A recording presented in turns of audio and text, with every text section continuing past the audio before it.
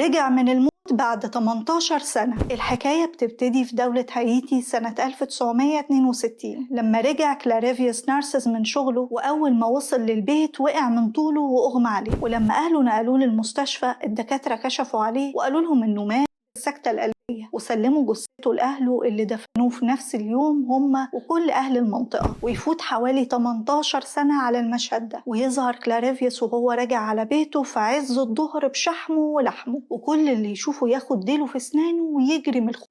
ولما وصل لبيت أهله وهداهم قال لهم حكاية غريبة جدا، وهي إنهم بعد ما دفنوه خرجوا واحد من سحرة الفودو، وبيقول إنه شربوا حاجة زي ما تكون رجعته للحياة تاني، والكاهن أو الساحر ده شغله عنده في غيط طول السنين دي. والغريبة إنه ما كانش فاكر أي حاجة عن بيته ولا عن أهله لحد ما الساحر أو الكاهن ده مات. فافتكر كلاريفيوس كل حاجة وقرر يرجع لبيته ووسط أهله ويعيش في نفس الحياة اللي كان عايشها. ومع إنها حكاية غريبة ومحدش يصدقها، بس صدقها سكان هايتي لأنهم كانوا مهووسين بسحرة الفودو وواثقين فيهم على الآخر.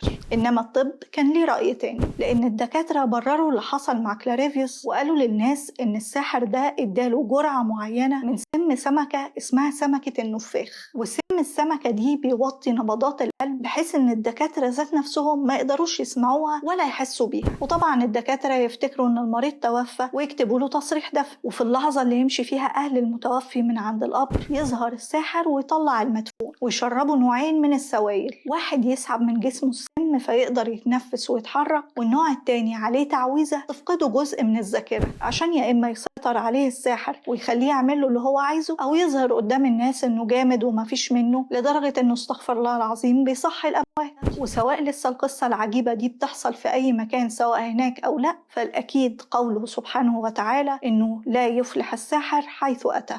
صدق الله العظيم.